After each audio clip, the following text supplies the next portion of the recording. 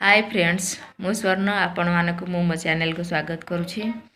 आज आसतु बनैबा परिबा और मसलार खेचड़ी जोटा स्वास्थ्यकर भी आ स्वादिया भी। मसला वेजिटेबल खेचड़ी बनैया पई मुने कटिक पोटल नेछि, आलू नेछि, कखारु नेछि, आ एटा मोर बंधा कोबी नेछि। चावल नेछि 300 ग्राम चावल नेछि, 100 ग्राम मसूर डाली नेछि, आउ पियाज नेछि गोटे, आउ अदा रसुण टिके 1 इंच अदा 4 किलो रसुण ताको छेचिकी नेछि। चलो आमे तैयारी करबा आज वेजिटेबल खेचड़ी।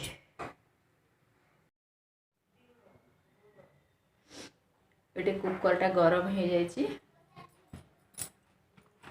मु प्रथमे देबी घी,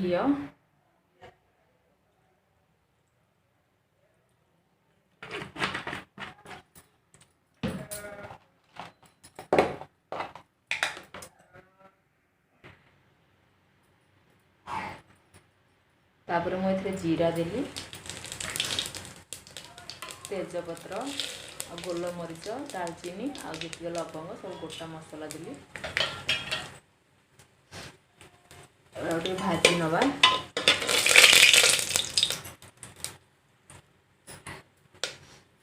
तापर आम दबा हमर पियाज,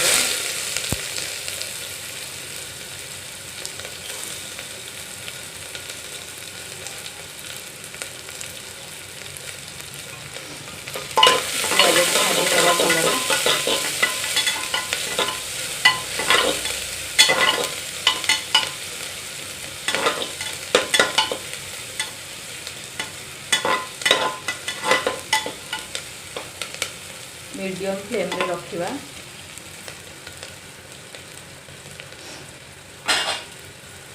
पियाज भाजी हो सारा पर अदा रसुण पेस्टा मुझे रखी ताको दे दूची।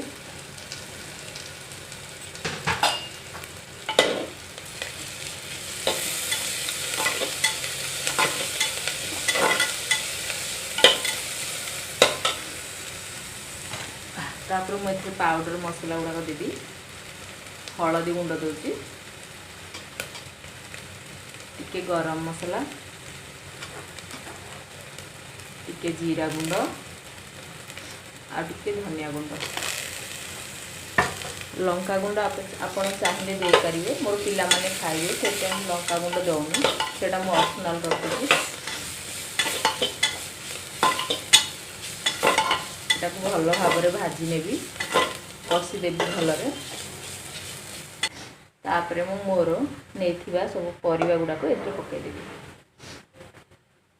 आलू,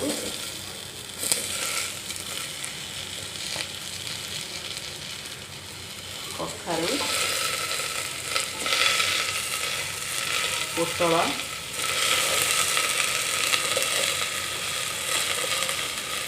आ शेषर पकोजी बंधा कोबी।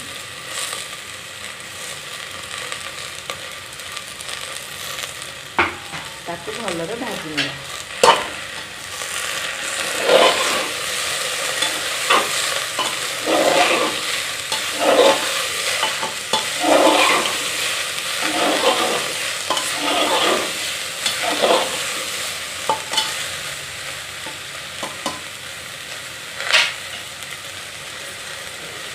ताकू टिके समय घोड़े रखिदबा। तार पानी जिते बड़े मरी जीव सेते बड़े में डाली आ चावल को धोईकी से पकेदबा।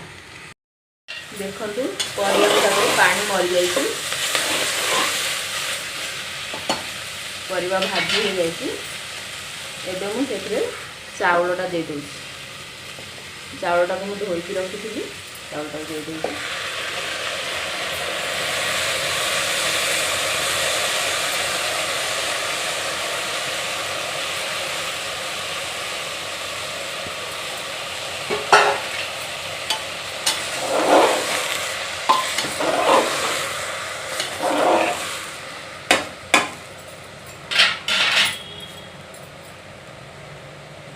जाईटा को देदबा। जाईटा को मुझे धोईकी परिष्कार करके रखी। मु नौची एटा मसूर डाली, आपण चाहिए जो डाली भी हो पारे।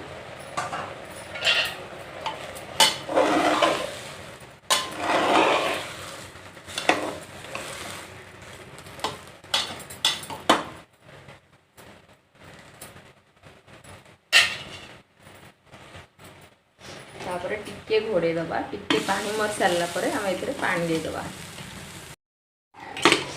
देखो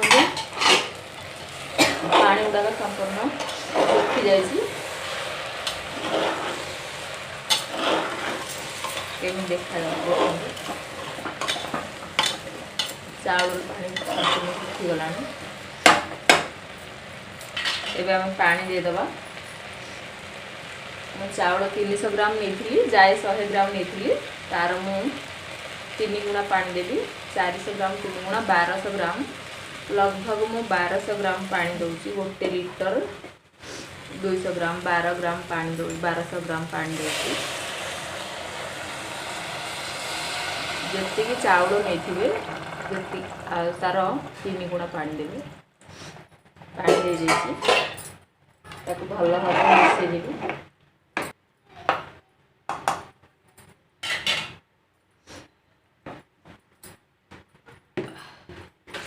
एबे लूण देदेवी।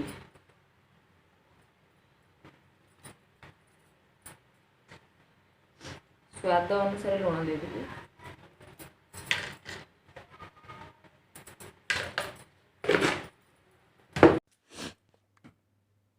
प्रेसर ढक्कन टी को घोड़ी दबा। 3टा सीटी आसला परे ताकू गैस संपूर्ण बाहरी गला परे ताकू खोलिकी खाइबा को दबा परसिबा। देखंतु आमर खिचड़ी बसीची मीडियम फ्लेम रे आमर खिचड़ी बस गैस रिलीज हो सारा पर मु आपण मानकु देखौची खिचड़ी केमती हेची।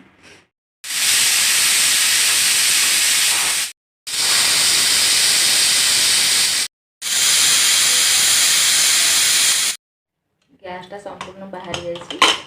देखो आमर वेजिटेबल खिचड़ी तैयार हो जाइए केमी सुंदर लगुच। देखो मु थाली रे ताकू बाहर करके आपण मानकु देखौची।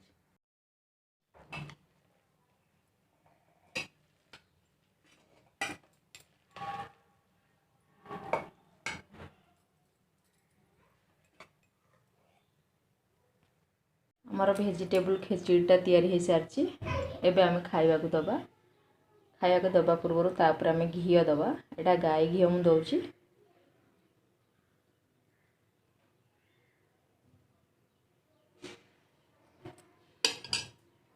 घी दबा द्वारा एटा बहुत टेस्टी हो जाइबो खाइला बेले को।